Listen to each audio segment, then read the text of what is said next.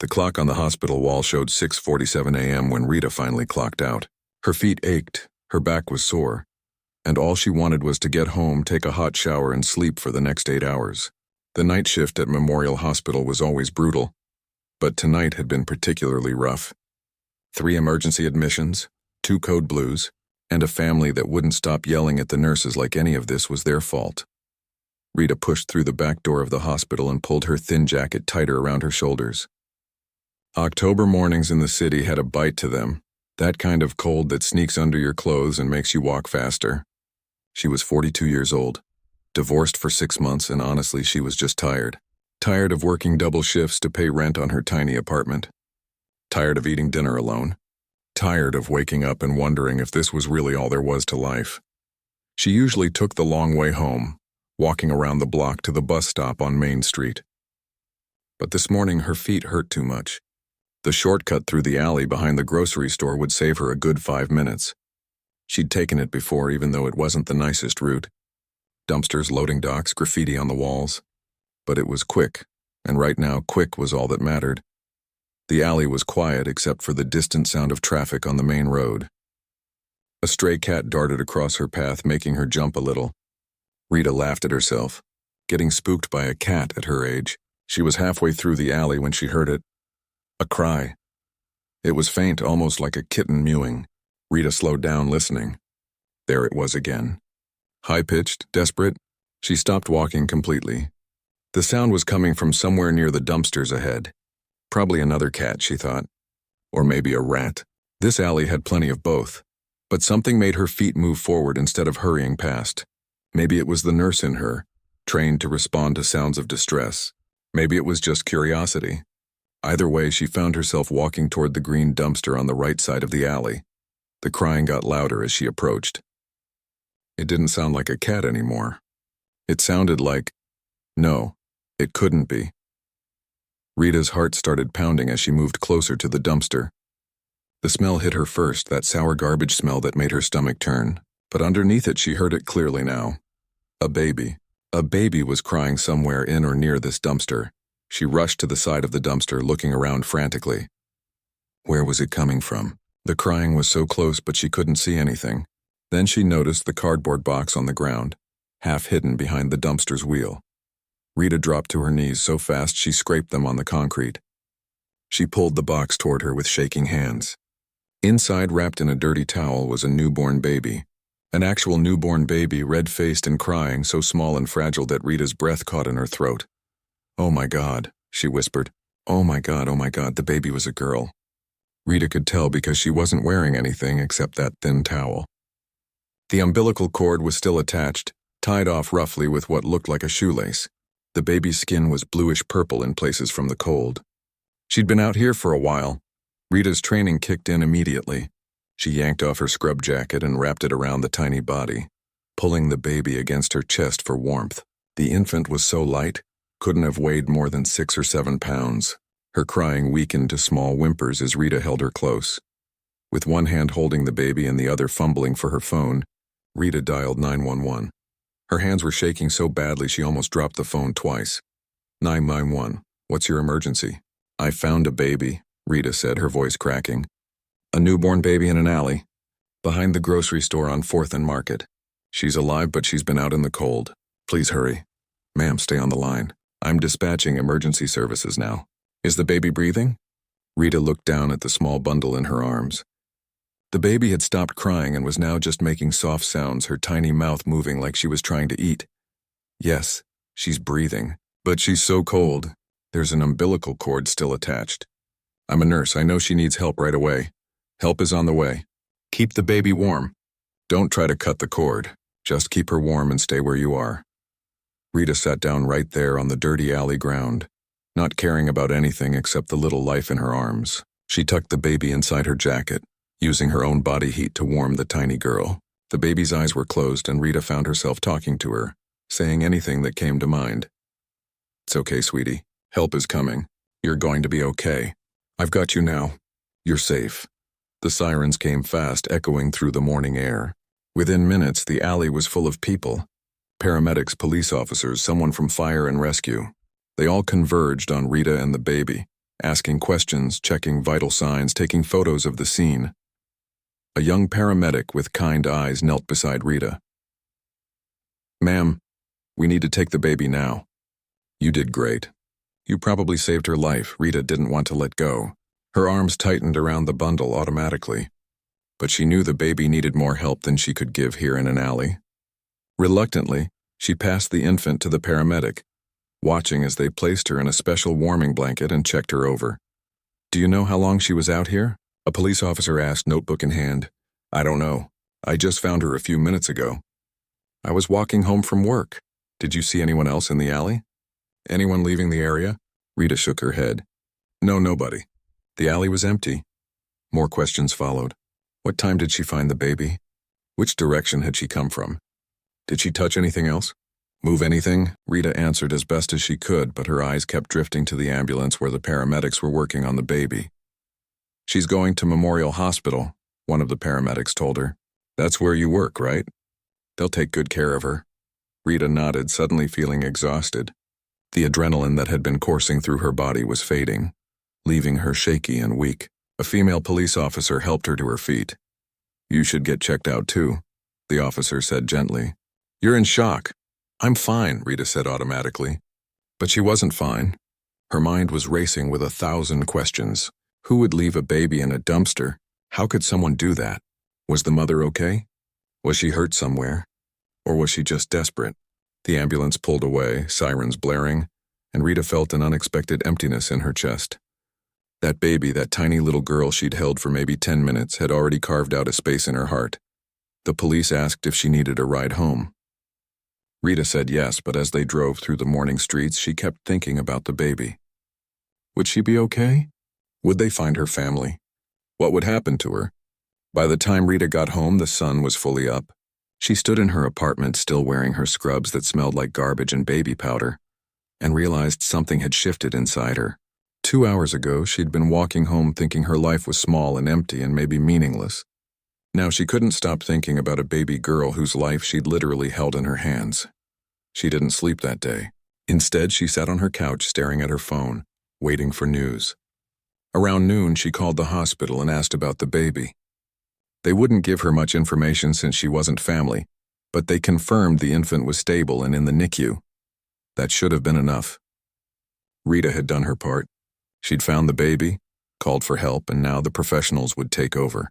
Her role in this story was finished, but as she sat in her quiet apartment, Rita knew that wasn't true. Something had changed that morning in the alley. She'd been on her way to one life, and somehow, she'd stumbled into a completely different one, and that baby, whoever she was, wherever she came from, was now part of Rita's story too. She didn't know it yet.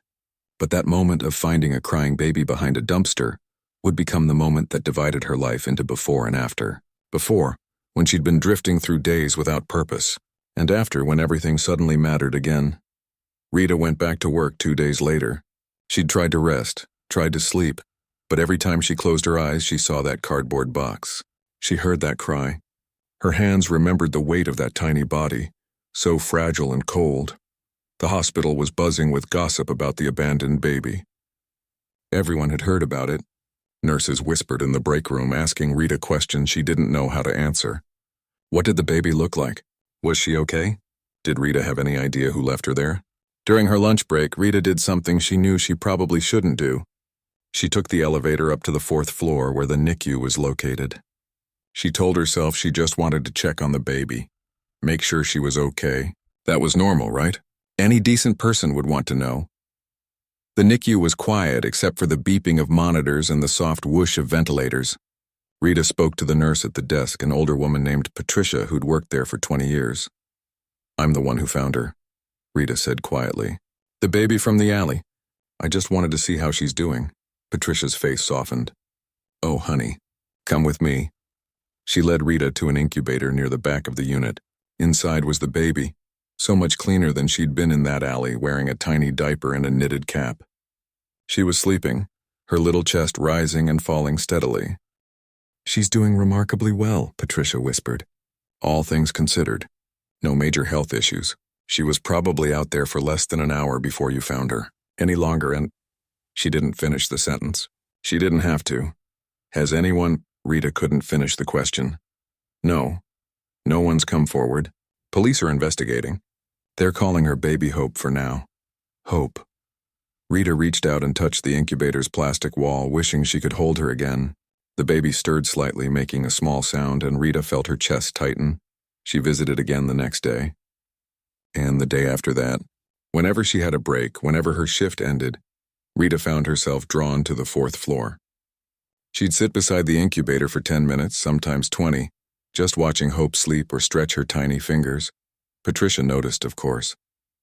"You're getting attached," she said one afternoon, not unkindly. "I know," Rita admitted. "I can't help it.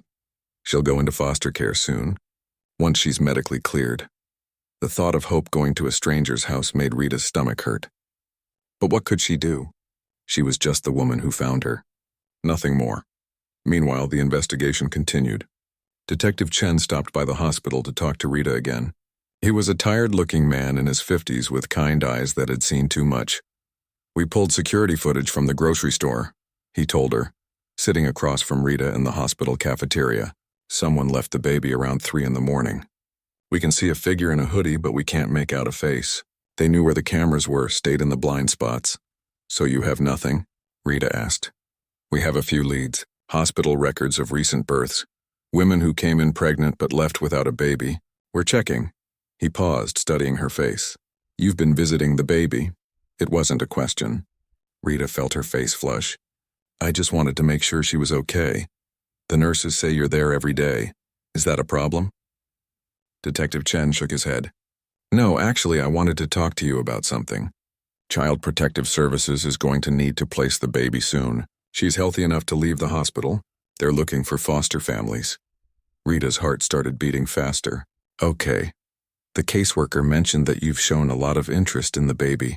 And you're a nurse, which means you have relevant experience. Have you ever considered foster care?" The question hung in the air between them. Had she considered it? The honest answer was no. Not before that morning in the alley.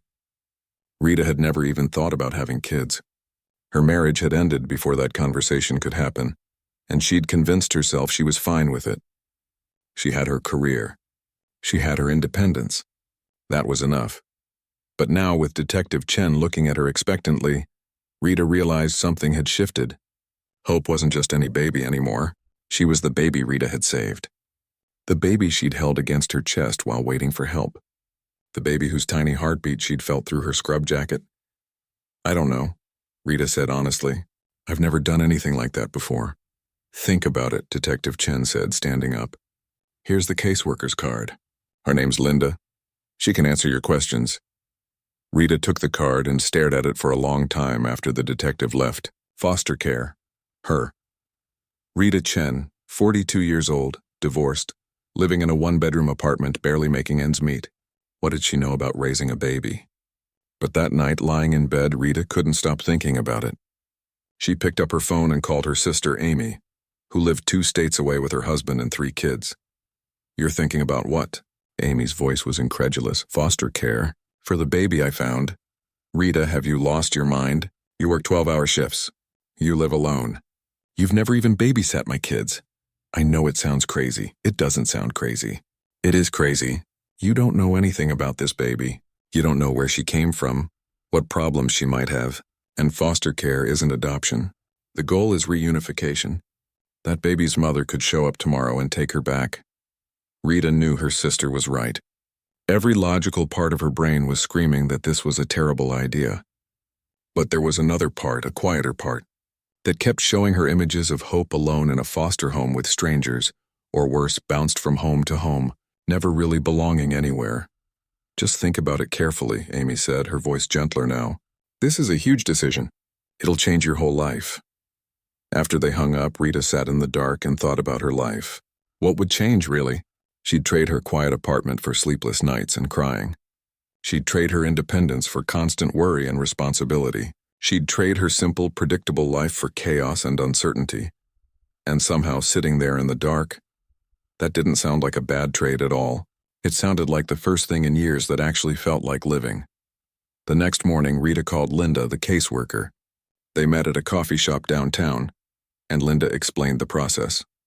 Background checks, Home visits, training classes, references. It would take time and there were no guarantees. I have to be honest with you, Linda said, stirring her coffee. We have experienced foster families already lined up for Hope. Families who've done this before, who know what they're doing. Why do you want to do this? Rita thought about how to answer. Because I found her? Because I can't stop thinking about her? Because my life feels empty and she fills that emptiness? None of those reasons sounded good enough. Because I think she needs me, Rita finally said. And maybe I need her too. Linda studied her for a long moment, then nodded slowly. Okay, let's start the process. But Rita, you need to understand something. This isn't going to be easy. Foster care is hard. Kids come with trauma, with problems you can't fix. And you might not get to keep her. If her biological family comes forward, if they meet certain requirements, she goes back to them. Are you prepared for that? No, Rita admitted. But I want to try anyway. The next few weeks were a blur. Rita attended training sessions every evening after work, learning about child development, trauma-informed care, and the foster system.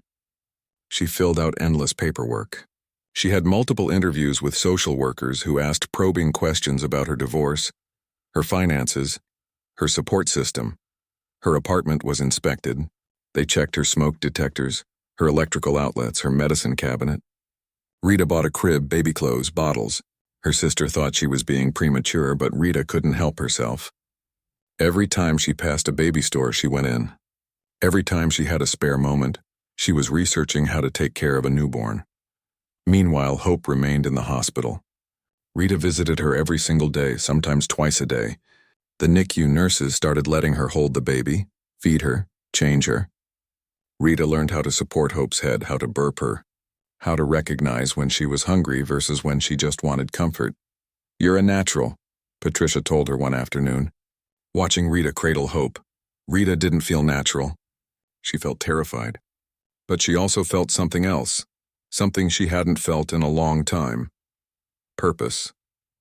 Like she was exactly where she was supposed to be, doing exactly what she was meant to do. 6 weeks after finding Hope in that alley, Rita got the call from Linda. Your home study is approved, Linda said. If you're still interested, we can start the placement process. Rita's hand started shaking. I'm interested. There's something you should know. The police investigation is ongoing. They haven't found the mother yet, but they're still looking. If she comes forward and wants to regain custody, that's a possibility. Can you handle that? Rita looked around her apartment. At the crib she'd assembled in her bedroom. At the diapers stacked on her dresser. At the mobile she'd hung up with little stars and moons that played a soft lullaby. I can handle it, she said, hoping it was true.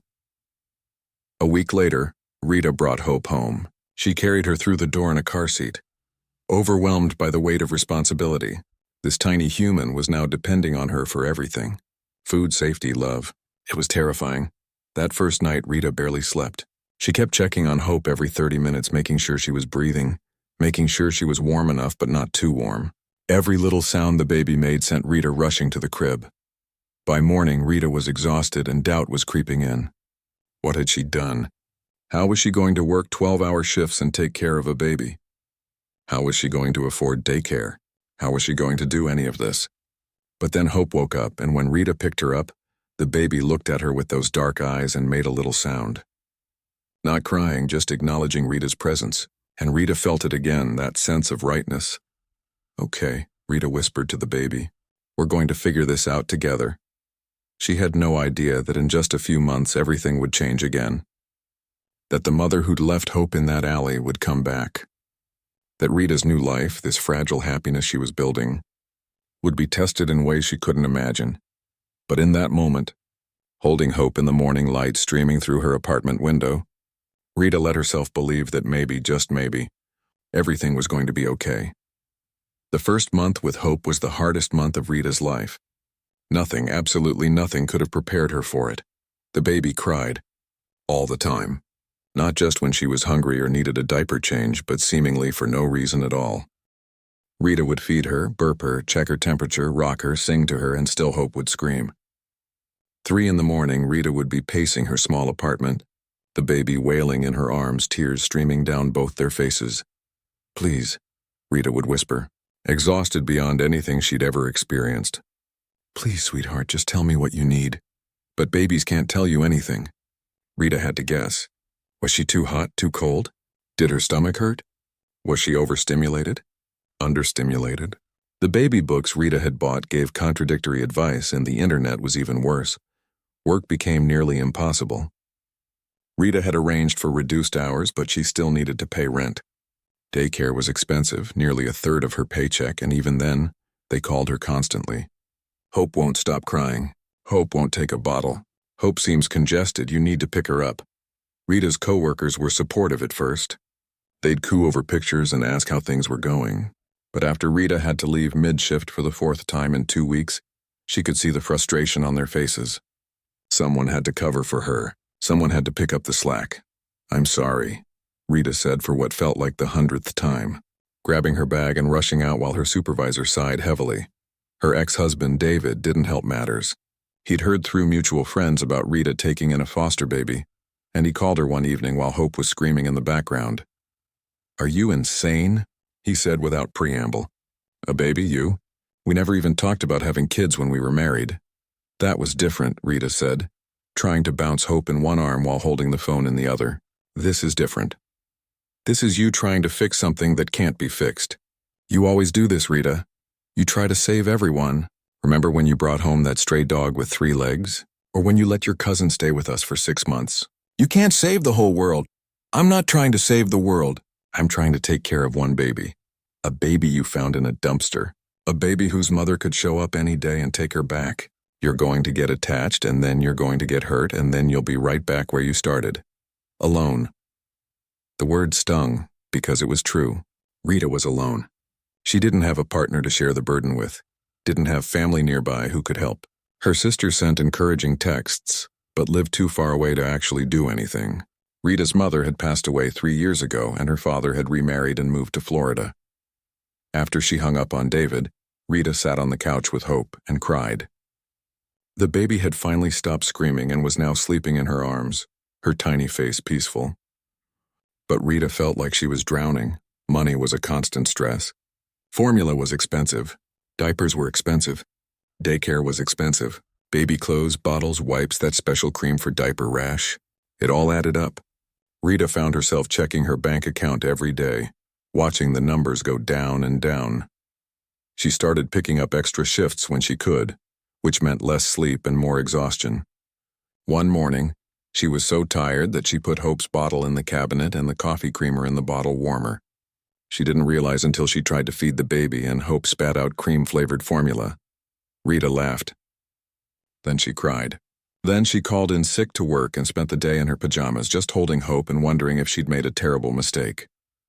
There were good moments, though, small ones like fireflies in the dark. Hope's first real smile, not gas but an actual smile, directed right at Rita. The way the baby would calm down when Rita sang to her, even though Rita couldn't carry a tune to save her life.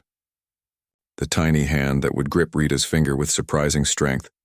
But the good moments felt buried under mountains of exhaustion, stress, and doubt. The social worker, Linda, came for home visits every 2 weeks. She'd inspect the apartment, ask questions, observe Rita with Hope. Rita tried to present her best self during these visits, tried to seem competent and capable. But Linda had been doing this job for 15 years. She could see through the act. How are you really doing? Linda asked during one visit, after Hope had finally fallen asleep for a nap. Rita thought about lying, thought about saying everything was fine, but she was too tired to lie. I don't know if I can do this, Rita admitted. I thought I could, but it's so much harder than I imagined. I'm exhausted all the time. I'm barely keeping my job. My bank account is empty. And sometimes in the middle of the night when she won't stop crying, I think about what David said, that I'm just trying to fix something in myself by taking care of her. Linda nodded slowly. Can I tell you something? Every foster parent I've ever worked with has had this moment, this exact moment where they think they can't do it. Most of them get through it. Some don't. There's no shame in that. Are you saying I should give up? I'm saying you need to be honest with yourself. Are you doing this for Hope, or are you doing this for you? Rita looked at the baby sleeping in the bassinet. Hope's little chest rising and falling, her rosebud mouth slightly open, completely trusting and vulnerable. Both, Rita said quietly. Is that wrong? No, Linda said. As long as Hope's needs come first, that's okay. We all have our reasons for doing things. But you need support, Rita. You can't do this alone. Have you looked into support groups? Other foster parents? Rita hadn't. She'd been too busy just surviving day to day. But that week, she found a local foster parent support group that met on Thursday evenings. She almost didn't go. The idea of leaving Hope with a babysitter and driving across town to sit in a church basement with strangers sounded awful. But she went anyway. There were 8 other people in the group, ranging from a young couple in their 20s to a grandmother in her 60s. They all had different stories, different kids they were fostering. But when Rita shared about Hope, about finding her in the alley, about the sleepless nights and the constant crying and the fear that she wasn't good enough, every single person nodded. My first placement cried for 3 months straight, said a woman named Beverly. I thought I was doing everything wrong. Turns out she had reflux. Once we got her on medication, everything changed. Have you tried white noise? Suggested another woman. Some babies love it. They shared tips, advice, and most importantly, understanding. These people knew what it was like. They'd been where Rita was. They'd survived it. Rita left that meeting feeling lighter than she had in weeks. She wasn't alone in this. She wasn't the only one struggling. She tried the white noise suggestion that night, downloaded an app on her phone that played rain sounds, and miracle of miracles, Hope slept for 4 hours straight. 4 whole hours. Rita woke up in a panic, sure something must be wrong, but the baby was fine. Just sleeping peacefully. Things started getting incrementally better after that. Hope was growing, becoming more alert, crying less. Rita learned to read her cues better, to understand what different cries meant. The pediatrician prescribed medication for reflux, which helped tremendously. Rita also learned to ask for help. She connected with another nurse at the hospital, a woman named Claire who had kids of her own. Claire offered to babysit sometimes, and in exchange, Rita would take extra shifts for her during school holidays. It wasn't perfect, but it helped. Money was still tight, but Rita discovered community resources she hadn't known existed. A food pantry that provided free formula and baby food, a church that gave away gently used baby clothes, other foster parents who handed down items their kids had outgrown. But just when Rita felt like she was finally getting the hang of things, just when she'd stopped questioning her decision every single day, she got the call she'd been dreading. It was Linda. Rita, I need you to come to my office tomorrow. There's been a development in Hope's case. What kind of development? There was a pause. The biological mother has come forward. Rita's world tilted. She sat down hard on her couch, the phone pressed to her ear. She wants her back? Rita managed to say. It's complicated. We'll discuss everything tomorrow. Can you come in at 2? After they hung up, Rita looked at Hope, who was playing on a blanket on the floor, batting at a hanging toy. The baby had grown so much in the 4 months she'd been with Rita. She was bigger, healthier, happier. She smiled all the time now. She'd started making little babbling sounds that weren't quite words but were definitely communication. And she was Rita's. Not legally, not biologically, but in every way that mattered. Hope was hers. The thought of losing her was unbearable. That night, Rita held Hope a little longer before putting her down to sleep. She memorized the weight of her, the smell of her baby shampoo, the sound of her breathing, because somewhere out there was a woman who had given birth to this child, a woman who had left her in an alley, and now apparently that woman wanted her back. Rita had known this was a possibility. Linda had warned her. David had warned her. But knowing something intellectually and facing it emotionally were 2 completely different things. She thought about the past 4 months. The sleepless nights, the worry, the money she'd spent, the sacrifices she'd made, the way her entire life had been rearranged around this little human, and none of it mattered because at the end of the day, Hope wasn't hers. She never had been. Rita lay in bed that night, unable to sleep, listening to Hope's soft breathing through the baby monitor. She thought about what it would be like to have an empty apartment again, to sleep through the night, to have money for things other than diapers and formula, and then she thought about waking up without Hope's smile, about not seeing her learn to sit up, to crawl, to say her first word, about some other woman getting to experience all of those moments, all of those milestones that Rita had been looking forward to. The tears came then, silent and hot, soaking Rita's pillow. She'd done exactly what everyone warned her not to do. She'd fallen completely in love with a baby who might not be hers to keep. And now she had to face the consequences of that love. Tomorrow she'd go to Linda's office and find out what was going to happen next. But tonight she just cried for the future she'd been imagining, the life she'd been building, and the very real possibility that it was all about to be taken away. Because that's the thing about loving someone. It makes you vulnerable. It gives someone else the power to break your heart. And right now, lying in the dark, Rita's heart felt like it was already breaking. Rita walked into Linda's office the next day feeling like she was walking to her own execution. She'd barely slept. Every time she looked at Hope that morning, feeding her breakfast, getting her dressed, dropping her off at daycare, Rita felt like she was memorizing moments. Just in case. Linda's office was small and cluttered with case files. There was another woman sitting in the chair across from Linda's desk. She was young, maybe 19 or 20, with long dark hair pulled back in a messy ponytail. She was thin, too thin, and her hands were shaking as they gripped the arms of the chair. "Rita, this is Melissa," Linda said gently. Melissa is Hope's biological mother. The air left Rita's lungs. She'd known this was coming, but seeing the woman in person made it real in a way it hadn't been before. This was the person who had left Hope in that alley. This was the person who could take her away. Melissa didn't look at Rita. She kept her eyes down, focused on her lap. "Please sit," Linda said, gesturing to the empty chair next to Melissa. Rita sat but kept her distance. She didn't know what to feel. Anger, sympathy, fear, all of it swirled inside her like a storm. "Melissa came forward 3 days ago," Linda explained. "She's been working with Detective Chen and with our office. She's agreed to tell her story and she wanted to meet you." "Why?" Rita's voice came out harsher than she intended.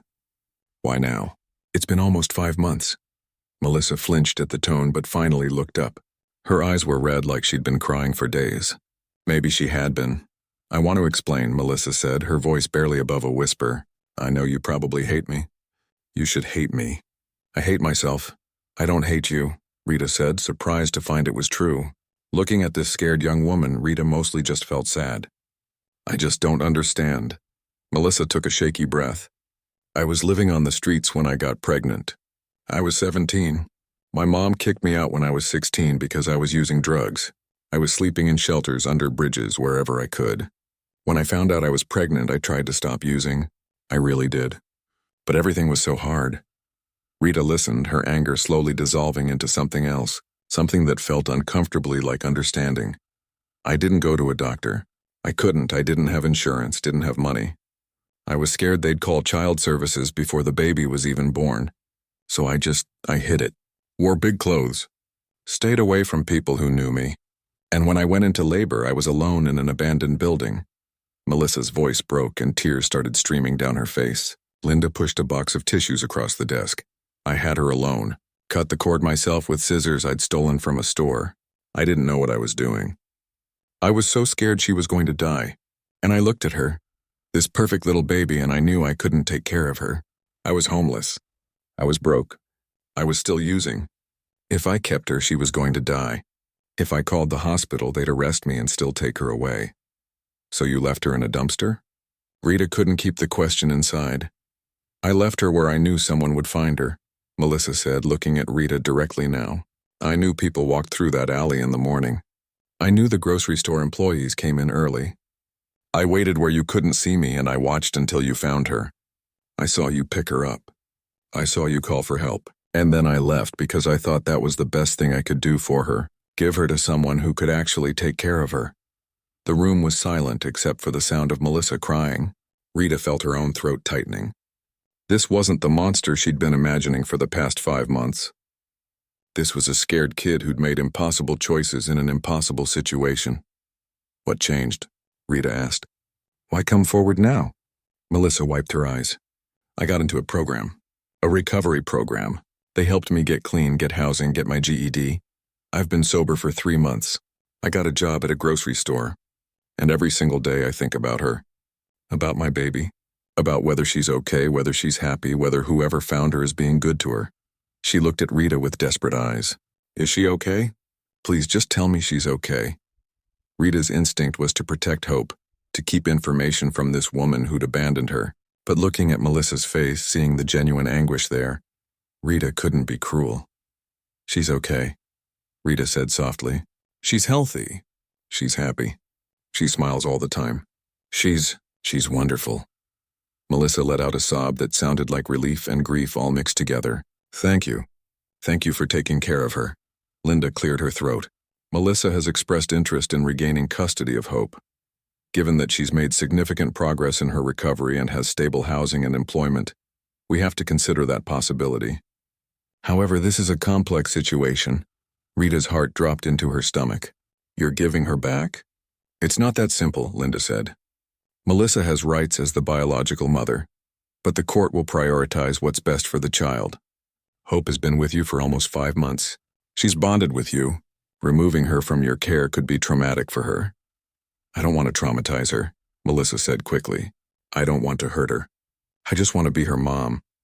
You gave up that right when you left her in a dumpster, Rita snapped, her protective instincts flaring. I was trying to save her life, Melissa shot back, her voice rising. What was I supposed to do? Keep her on the streets? Let her starve? Watch her freeze? I did the only thing I could think of. You could have gone to a hospital. There are safe haven laws. I didn't know that. I was 17 and homeless and terrified. I'm sorry I didn't make the perfect choice, but I made the only choice I could. Okay, Linda interrupted, holding up her hands. This isn't helping. We're not here to assign blame. We're here to figure out what's best for Hope. What's best for Hope is staying with me, Rita said firmly. I'm the only mother she's known. I'm the one who's been with her every single day. I'm the one who gets up with her at night and feeds her and loves her. And I'm grateful for that, Melissa said, her voice breaking again. I am, but she's my daughter, my blood. Don't I get a chance to be her mother now that I can actually do it? Rita wanted to say no, wanted to scream it, but she could see the desperation in Melissa's eyes, could see how hard she was fighting to hold herself together, and Rita realized something uncomfortable. If she were in Melissa's position, if she'd been a homeless 17-year-old making an impossible choice, she might have done the same thing. What happens now? Rita asked Linda, defeated. We go to court. A judge will decide what's in Hope's best interest. It could take months. In the meantime, Hope stays with you, Rita. But Melissa has the right to supervised visits. Visits? Rita felt like she was losing ground, losing Hope inch by inch. It's standard procedure, Linda said. If Melissa is serious about regaining custody, she needs to build a relationship with Hope, and the court will want to see that she's capable of caring for a child. Rita looked at Melissa, really looked at her, saw the young woman beneath the trauma and the mistakes, saw someone who was trying, despite everything, to do better. How long have you been sober? Rita asked. 93 days, Melissa said immediately. I go to meetings every day. I have a sponsor. I'm doing everything right this time. 93 days, Rita repeated. That's good. That's really good. Melissa looked surprised by the compliment. Thank you. But 93 days isn't very long. What happens if you relapse? What happens to Hope then? I won't relapse, Melissa said fiercely. She's the reason I'm staying clean. Knowing she's out there, knowing she needs me to be better, that's what keeps me going. Rita wanted to believe her, but she'd seen too many people at the hospital, too many addicts who swore they were done using, only to come back in worse shape months later. Recovery was hard. Staying clean was hard, and Melissa was asking Rita to bet Hope's future on it. I need some air, Rita said, standing up abruptly. She walked out of the office and into the hallway, leaning against the wall and trying to breathe. After a moment, Melissa came out too. She stood a few feet away, nervous. I know you love her, Melissa said quietly. Linda told me how you visit her at the hospital every day, even before you were her foster mom. How you fought to get approved to take care of her. I know you love her maybe as much as I do. Don't, Rita said, fighting back tears. Don't do that. I'm not trying to hurt you. I'm just trying to be honest. You love her and that's good. She should be loved, but she's mine, and I need to at least try to be her mom. Rita looked at this young woman, barely more than a kid herself, and felt something shift inside her. This wasn't a battle between good and evil. This was just two people who both loved the same child and wanted what was best for her. If I agree to the visits, Rita said slowly, if I don't fight this, you have to promise me something. Anything. You have to promise that if you can't do it, if the drugs become too much or the stress is too hard, you'll walk away. You'll let her stay with me and you won't drag this out, because she deserves stability. She deserves to know who her mother is and to stay with that person. Melissa nodded, tears streaming down her face. I promise. But I can do this. I know you don't believe me, but I can.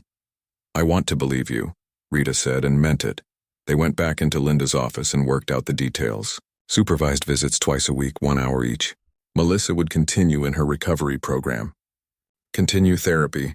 Continue proving she could be stable. And Rita would continue taking care of Hope, loving her, knowing that any day could be the day she had to say goodbye. When Rita picked up Hope from daycare that afternoon, she held her a little tighter. The baby smiled up at her, completely unaware of how complicated her life was about to become. It's going to be okay, Rita whispered, though she wasn't sure if she was trying to convince Hope or herself. Whatever happens, it's going to be okay. But lying in bed that night, Rita wasn't sure of anything anymore. The future she'd been building, the one where Hope was hers forever, felt like it was slipping away. And the worst part was, she wasn't even sure that was wrong. Maybe Melissa deserved this chance. Maybe Hope deserved to know her birth mother. Or maybe this was all going to end in heartbreak for everyone involved. Rita didn't know.